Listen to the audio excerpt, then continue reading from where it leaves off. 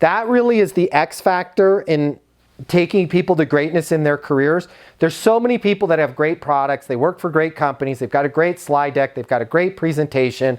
But when you talk to them and when they're in your office, it's like a snooze fest because they haven't mastered the art of communication, which is why, shameless plug, the next product that I'm working on putting on the portal is all around power speaking, right? All the little things that you can do to put more energy in your voice, right? To be a better speaker, just simple little things, because that has a big deal. As my South Boston mother used to always say, as she smoked the long cigarettes, Matthew, life isn't fair.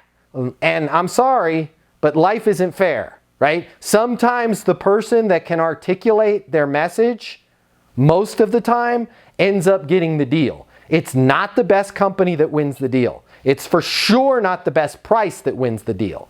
Most of the time, it's the person that really understands the situation. Right? And we went through that in a private yesterday. I don't know if Dave's on the call today, but like I gave some examples of a contractor that was also a pastor at his church, and all the business for the contracting company was coming in from the church, right? When you can practice how you can articulate, and Dave texted me, he's like, dude, this is really weird because I just closed a deal 3 hours ago that was a contractor that was also a pastor at his church, and that's the problem. How the hell did I know that was the problem? Because I think about this stuff and I work on articulating it. I work on being able to deliver my message. And with, like Jason, with you, with us, a lot of us have really complicated products. And we think it's all about bits, bytes, blinking lights, and I'm going to bring in my SME and my support personnel, and I'm going to have a SWAT team of people in my demo. No disrespect, but most of the time when you do that, you end up hurting your deal. Because the person that can take a really complicated scenario, like what you deal with, Jason, and explain it in terms that a third grader could understand it, because you've explained it 57 times on videos before, that's going to be the person that wins the business, right? Not the person that's like, and now if we turn to page 42A, you can see our pivot table of how our returns are 3.9% better. Right? Guys, what's most important that we got to accomplish on this?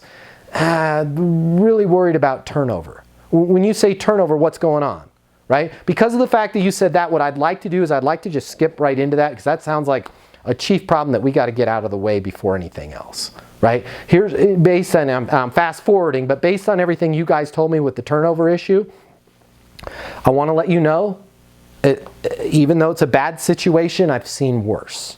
And this is something that I see quite often.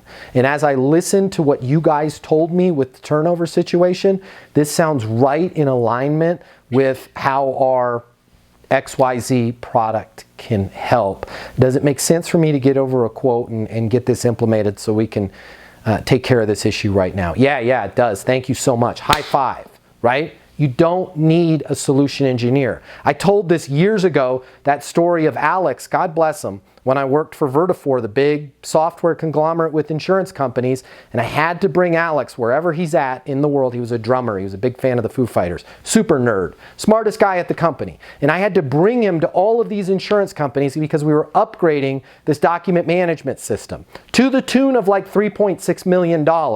And at Alaska National, which we had to go all the way to Alaska, the CIO of the company goes, so how does the new software work? And Alex was like, I've got it, and literally went into an hour presentation. And he was like, that's a lot to think about. Guys, can you swing back out in June? What are we going to say? It's a $3.6 million deal. Sure.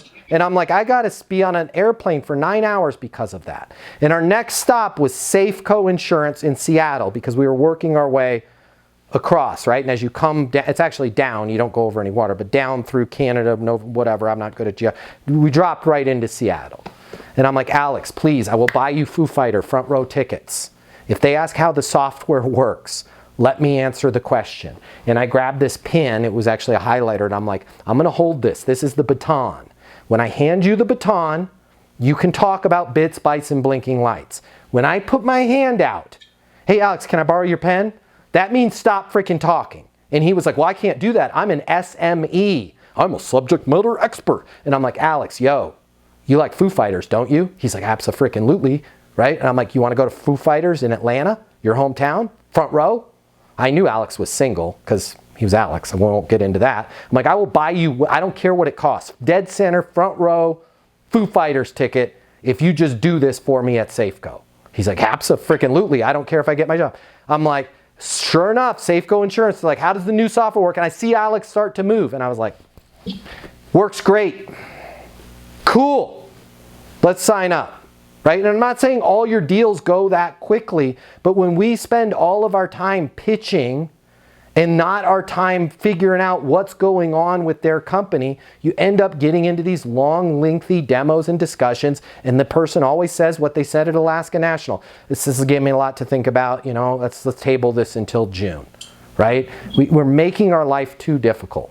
Slow the process down in the beginning. And then when you can articulate that you understand their situation, they might ask you, how's it work? And I'm giving you permission to go, works great. Cool.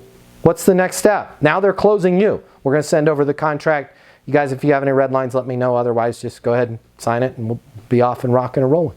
Awesome, man. Great to see you guys. Enjoy the rest of your time in Seattle. Let's cut this meeting short.